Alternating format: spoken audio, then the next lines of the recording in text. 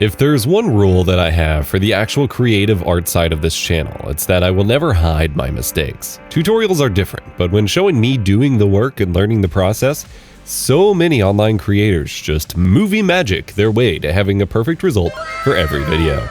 It's inspiring at times, but also defeating, given how unrealistic it is. This project had huge ambitions, limited supplies, zero prep time, and didn't come out perfect. But everything I did wrong here will go to ensure future pieces like it come out far better. The idea was simple. I got sponsored to do a fun video about a gaming and work laptop from Corsair for the main channel. It's called the Voyager and has some awesome specs, while still being fairly thin.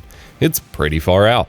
Given the name and that Corsair's logo is a Corsair ship, I thought it would be amusing to put that old-timey ship in space to go with the futuristic-y laptop. My biggest struggle when trying to do art pieces is, well, I guess there's two struggles. First is that I have ADHD, and despite being an artist and creative all my life, could never stick with training or classes or anything to learn proper mechanical drawing skills, and my hands are shaky anyway. I was pushed towards technical fields, and never really had that side of things nurtured as much. Second, I struggle to come up with good ideas out of thin air if I don't have a specific inspiration. Once I have an idea that I'm really sold on and want to make, I'll obsess over it for however long it takes me to achieve a result that I'm happy with or give up defeated. That's where AI comes in. Feeding a few image sources to Midjourney and running Stable Diffusion on the laptop with the new Shark method for AMD GPUs, I generated a handful of reference images. I can chase any idea once I have some reference images, but I just can't do that kind of direct drawing of such a thing myself. AI art generators are a huge boon for that kind of need. I then built my sketch in Photoshop with a general idea of what I wanted to make. Pulled that sketch up on the laptop, grabbed a nice big canvas, and started painting.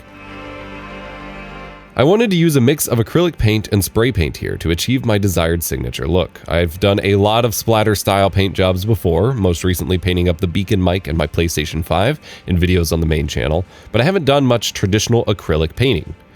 Good old ADHD only allowing myself to try new things when it's necessary for mission-critical project tasks rather than practicing and training first. I hit up an awesome local art supply shop with my kiddo and grabbed some new paints I wanted to try, including this Payne's Gray that I thought would match my favorite faded black look, and painted the canvas. This would be our space backdrop. Unfortunately, it dries a lot darker than it looks, so I should have lightened it.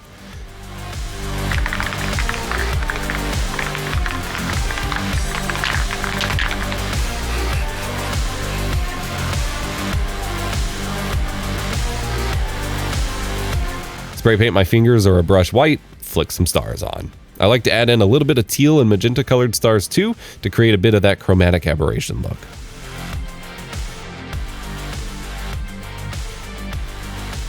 I then wanted to create these awesome space clouds, space dust, nebula storms, things.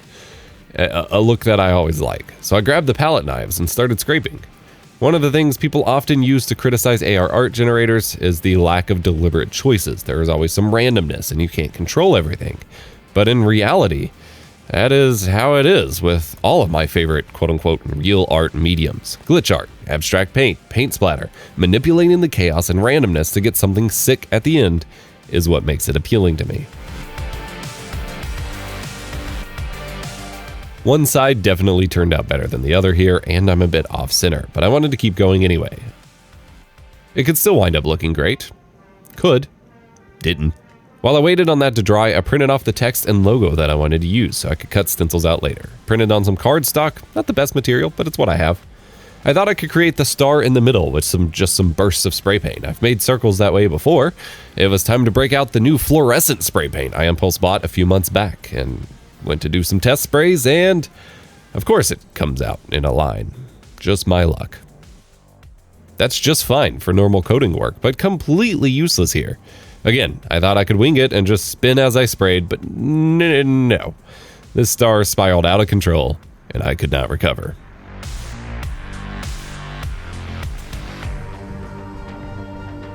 My whole family got sick right after this happened, so I had some time to sit with the piece, think about what I wanted to do, and watch a lot of videos on spray painting planets and galaxies. It always seemed like a cool niche to me, but I definitely preferred the more faded analog look than the shiny, glossy, clear-coated look that most people in this space go for. But I'll still try that out at some point. Maybe I'll love it too. Naturally, I didn't have any actual black spray paint on hand, and I was too sick to get any, so I lightened up that acrylic black to get the shade that I wanted, coated the canvas, and decided I'd start again. I collected a few circular things to use as planet stencils, wound up settling on this spare metal cat food bowl for our star here. I used gaffer tape to create a little grab tag for it to make lifting off the canvas easier and more even.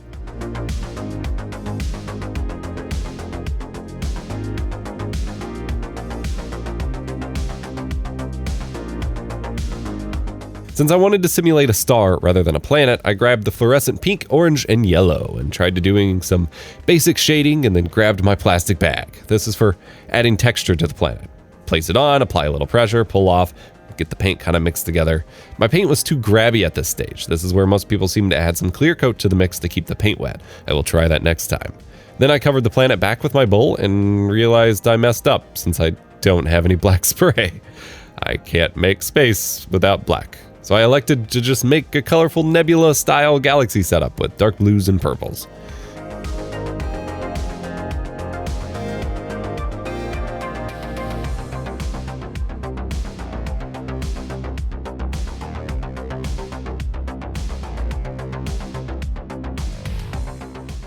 A little shading, more stars by spraying my fingers and flicking.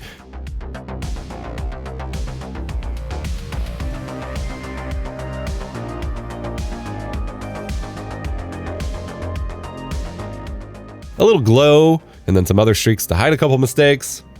This looking kind of good. Time to dry. While that layer dried, I started cutting out my stencil with an X-Acto knife. I'm not great at this. This is where I'd love a silhouette or a Cricut just to cut my own Mylar stencils and have them on hand. Maybe sell some because I've had some good ideas for some, but I'm doing it old school for now.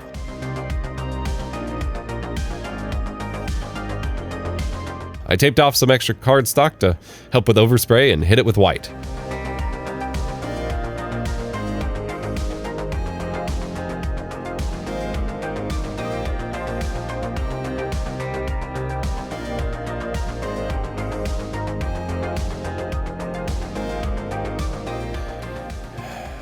My alignment is all off here. Everything is top aligned for some reason, but meh.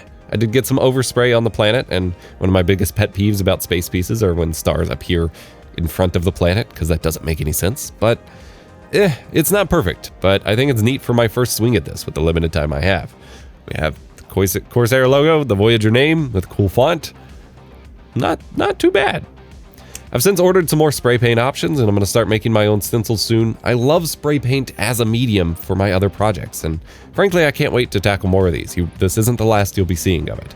I'll also need to find some other projects to learn acrylic painting with, since clearly my original mixed paints idea didn't go over so well. Like I said, I'm sharing my failures as much as my successes here. Do let me know what you think about this piece in the comments below. Full video on the laptop is linked below, and click this video if you want to start learning to use Midjourney for yourself for AI reference images. Hopefully I'll sound less sickly for the next video. Remember to be kind, rewind.